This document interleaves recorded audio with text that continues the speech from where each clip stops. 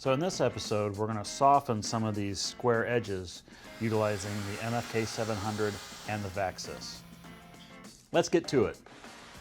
To soften the edges on the parts for our table, I'm going to be utilizing the MFK 700. I've got a small round over bit in here, and I'm going to be using the vertical base. Something else I've added to it that comes with the MFK 700 is this chip catcher base. It collects all the dust and debris from the underneath side of the router. This goes on pretty simple. A little trick that I've learned when you're putting a lot of our tools together, if you look, there is a little divot in the one pin. If we look over here, there's a thumb screw. That's what's going to lock the router onto the base. Always make sure those two line up. That slides on, it locks into place. So before we get started, I need to adjust the height of my base to make sure I'm not taking off too much or too little with that bit. It's pretty simple to do. You just have to loosen this front knob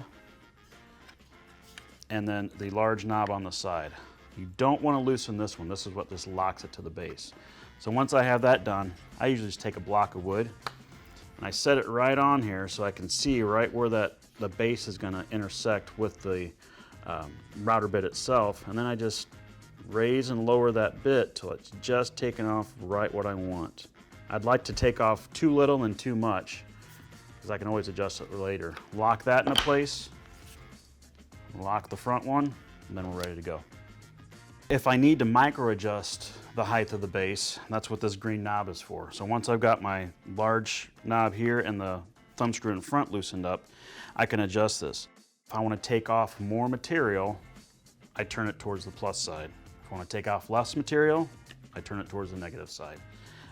Then I can lock it into place. I'm ready to go.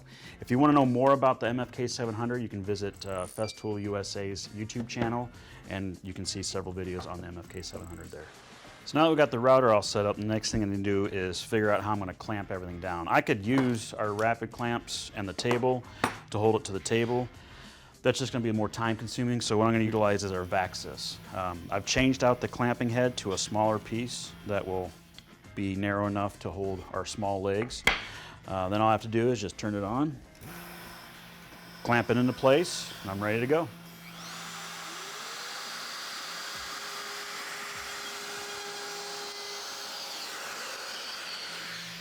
So once I have one edge done, I can just flip it over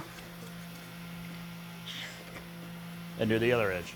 So when I start with the legs, I'm going to start on the taper side, obviously, but I don't want to go past where my taper starts. So I've taken the time and I've marked where the base of my router is going to be to start that round over.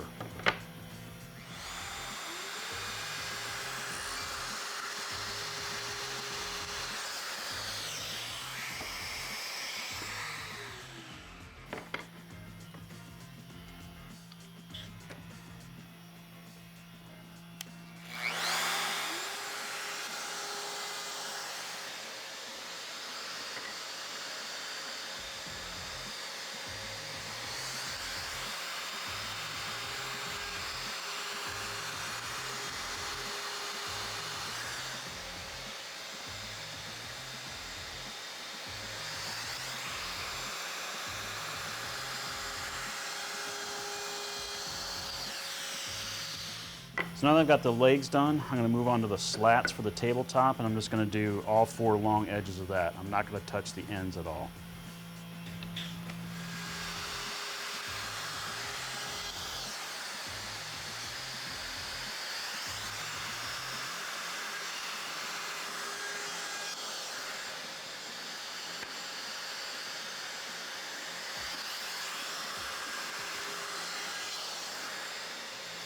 Now that we've got all the slats rounded over, I'm going to do the aprons.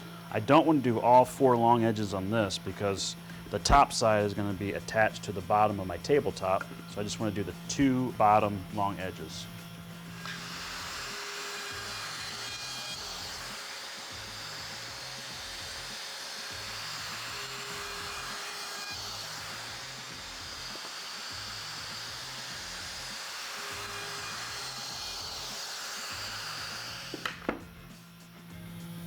So we've got the roundovers done with our legs, our slats, and our apron pieces. I haven't forgot about these.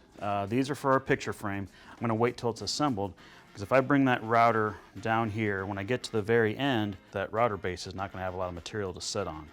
So when I join the two pieces together, I'll have a nice flat surface. I can just bring that router bit and that bearing around the corner. It gives me a nice round over. Most of the prep work's done. Now we can actually see the whole thing coming together by using the domino.